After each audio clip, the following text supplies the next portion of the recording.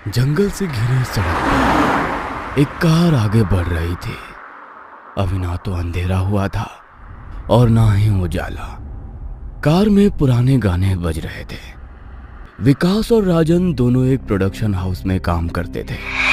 वो आज एक नई फिल्म के लिए लोकेशन ढूंढने विकास के गांव जा रहे थे। राजन ने खुद ये कहानी लिखी थी, इसलिए वो भी विकास के साथ वहां जा रहा था, क्योंकि उसे फिल्म की शूटिंग के लिए अपनी कल्पना में बसी जगह चाहिए थी।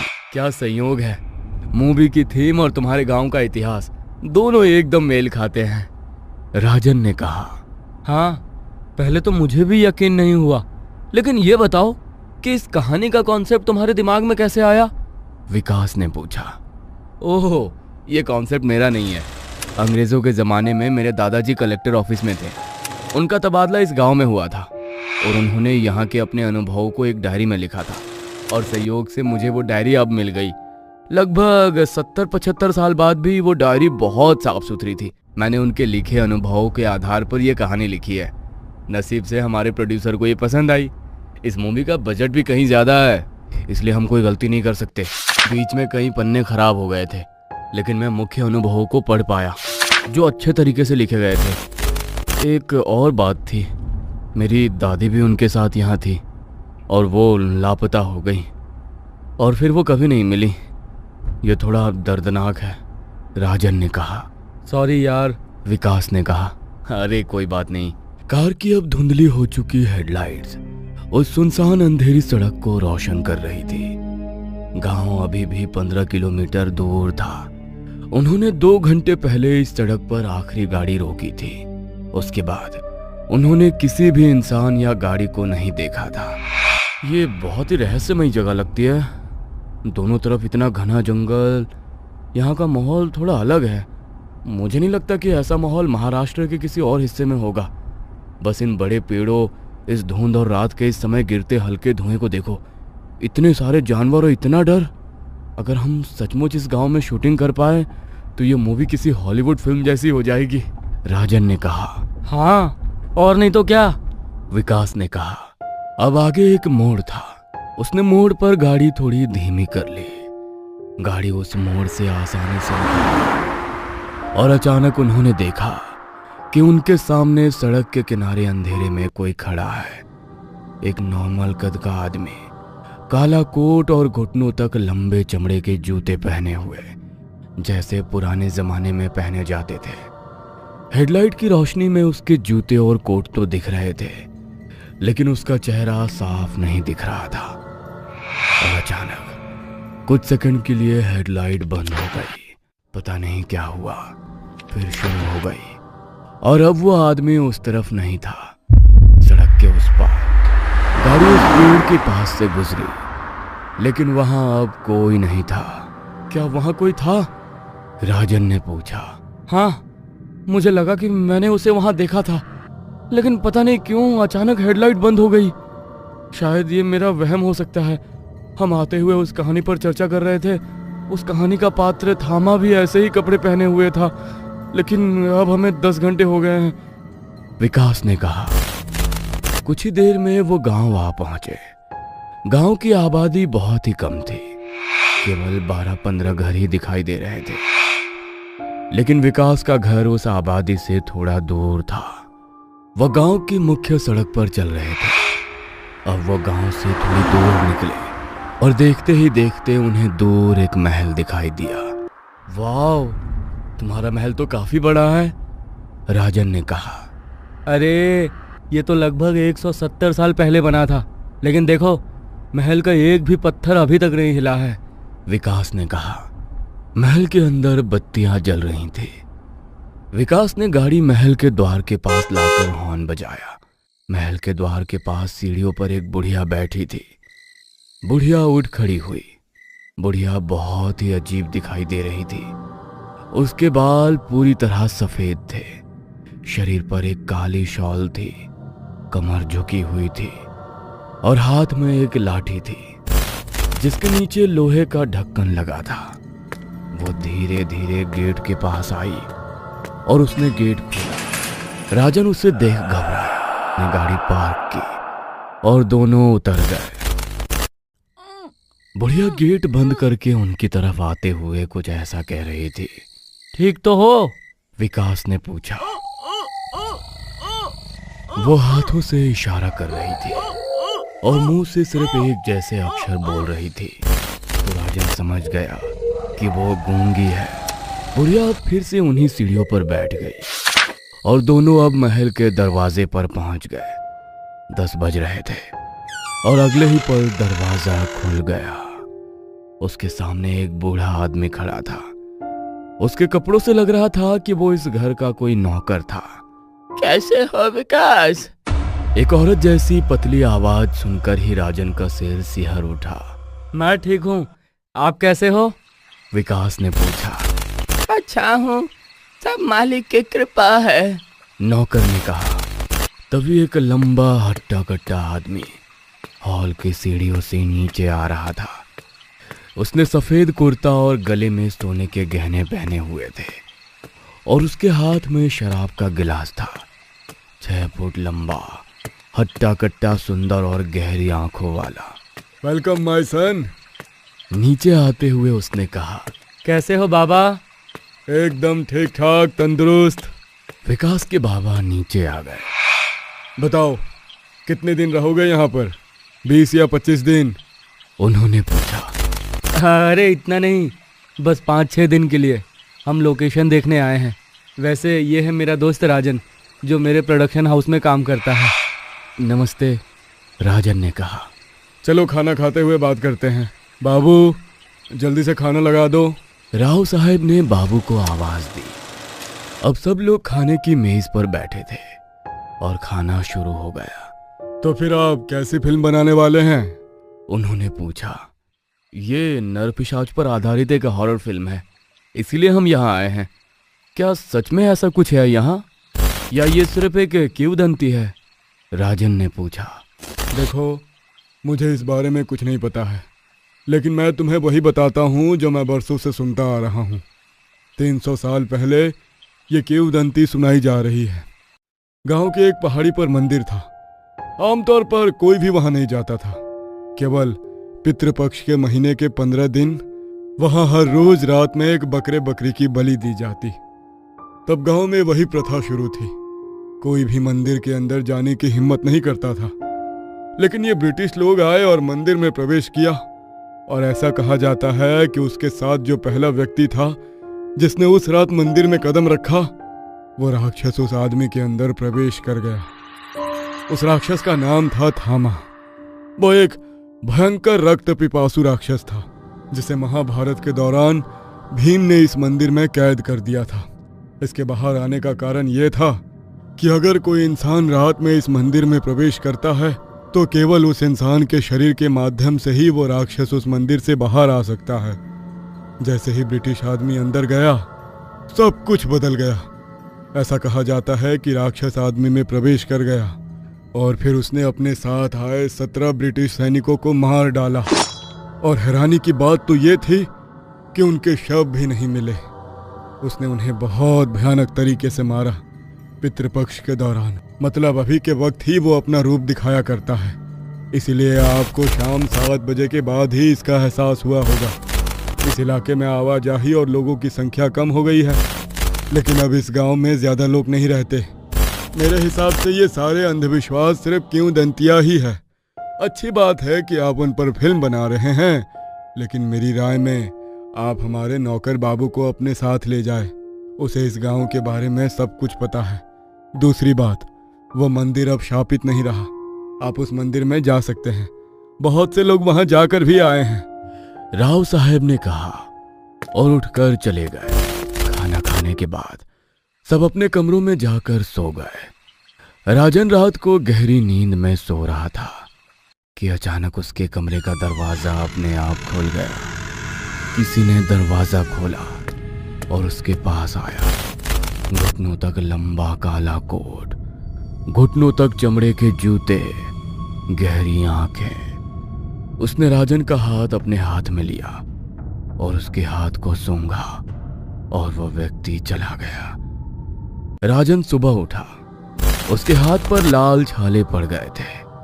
उसे कुछ नहीं पता चला और वो नीचे आ गया। नीचे आते ही उसने एक बात और गौर की। वो बुढ़िया घर के अंदर नहीं आती थी, वो अभी भी दरवाजे के बाहर सीढ़ियों पर बैठी थी। कल रात जब सब खाना खा रहे थे तब भी वो वहीं बैठी थी। और दूसरी बात कि घर में सभी औरतें ही दिखाई पड़ रही थी।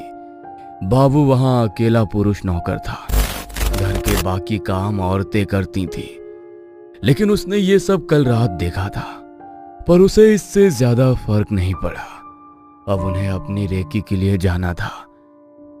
बाबू, विकास और राजन चल पड़े। राव साहब अभी भी सो रहे थे। महल से बाई और एक रास्ता जंगल के अंदर जाता था और आधा किलोमीटर आगे वो रास्ता दूसरे रास्ते से मिलकर उससे जुड़ गया। वो कच्ची सड़क पहाड़ की ओर जाती थी। पहाड़ पर ही एक मंदिर था।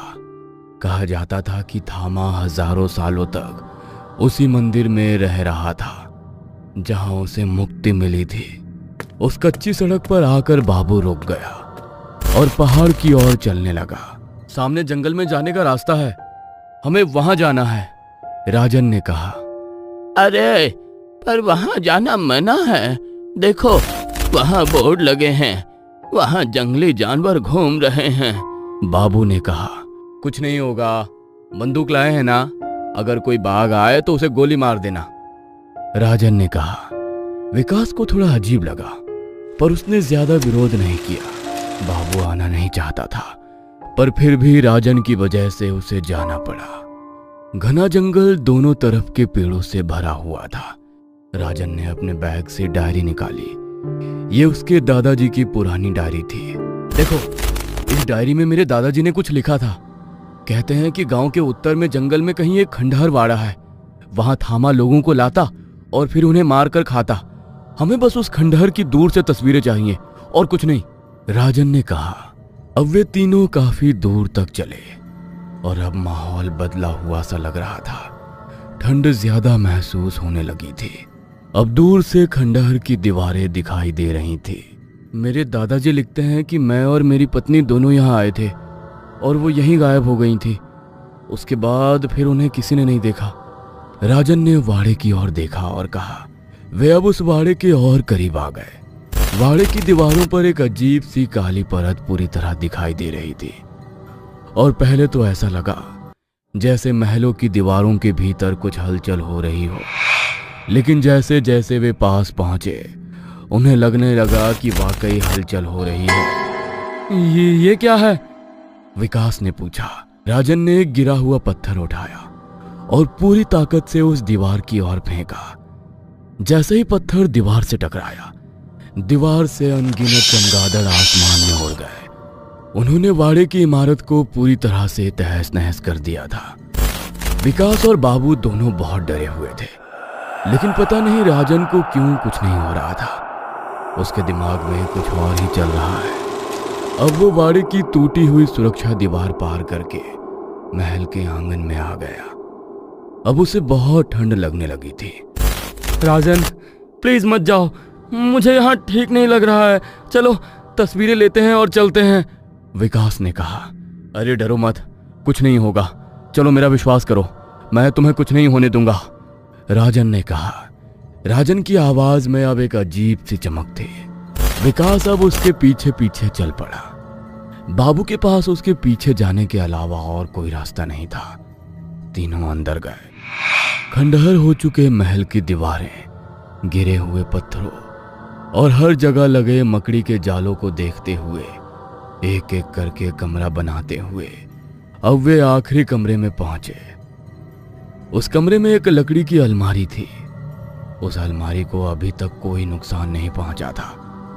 राजन उस अलमारी के पास गया और उसी दरवाजे को खींचा और अंदर उसे एक काला ओवरकोट और वही चमड़े के जूते दिखाई दिए जिस आदमी को उन्होंने कल सड़क के किनारे खड़ा देखा था। उसने वही कपड़े पहने हुए थे। कोट और जूते देखकर ऐसा लग रहा था जैसे वे अभी भी इस्तेमाल में हो। ऐसा लग रहा था जैसे कोई उन्हें अभी अभी वहां लाया हो। अब वो उस डायरी को पढ़ने लगा। गांव में उसके बारे में बहुत सारी बातें कही जाती हैं। वो सिर्फ मुर्दों को ही अपना शिकार बनाता है और कहा जाता है कि अगर वो किसी औरत को अपना शिकार बनाता है तो वो औरत भी उसकी तरह हो जाएगी, कभी नहीं मरेगी। और जिस औरत को उसने अपना शिकार बनाया है वो इस गांव की सीमा तब तक पार नहीं कर पाएगी और उसे मुक्ति भी नहीं मिल पाएगी जब तक वो मर नहीं जाता। डायरी पढ़ने के बाद उसने उसे वापस अपने थैले में रख लिया। अचानक उसकी नजर दरवाजे पर गई। किसी ने टूटे हुए दरवाजे के चौखट से उन्हें देखा और वापस भागा। पायोलो की आवाज सुनकर लगा कि कोई औरत है। वे अब वहां से बाहर आ गए, लेकिन बाहर भी कोई नहीं था। राजन, बस हो गया, अब चलो यहां से चलते हैं, विकास ने कहा। अब वे तीनों एक बार फिर पीछे मुड़े और वापस विकास की हवेली में आ गए। राजन कमरे में आया और डायरी एक बार फिर अपने सामने खोली। डायरी के बिल्कुल आखिरी पन्ने पर एक तितली की छोटी सी तस्वीर दिखी। इस तस्वीर का मतलब उसे कभी समझ नहीं आया, क्योंकि उस डायरी के पन्ने खराब हो चुके थे। तितली की तस्वीर का असली मतलब क्या था? विकास और राजन दोनों बड़ी डाइनिंग टेबल के पास बैठे थे। विकास से डिजाइन, बैकग्राउंड म्यूजिक के बारे में बात कर रहा था, लेकिन राजन चुप था। उसके सामने डायरी थी और बगल में उसकी लिखी स्क्रिप्ट। आज पितृपक्ष का आखिरी दिन है। इस दिन पर थामा खुद पर काबू नहीं रख पाता। इंसानी खून देखकर वो अपनी असली रूप में आ जाता है। ये वाक्य 2 जगह पर था। राव साहब आए। वे थके हुए लग रहे थे, पानी पी रहे थे। उन्होंने राजन की तरफ देखा और तुरंत दरवाजे की तरफ देखा और बुढ़िया की तरफ देखा। हम उस बाड़े में गए थे जहां वो आज भी रहता है। उसका कुछ सामान अभी भी वहीं है, राजन ने कहा।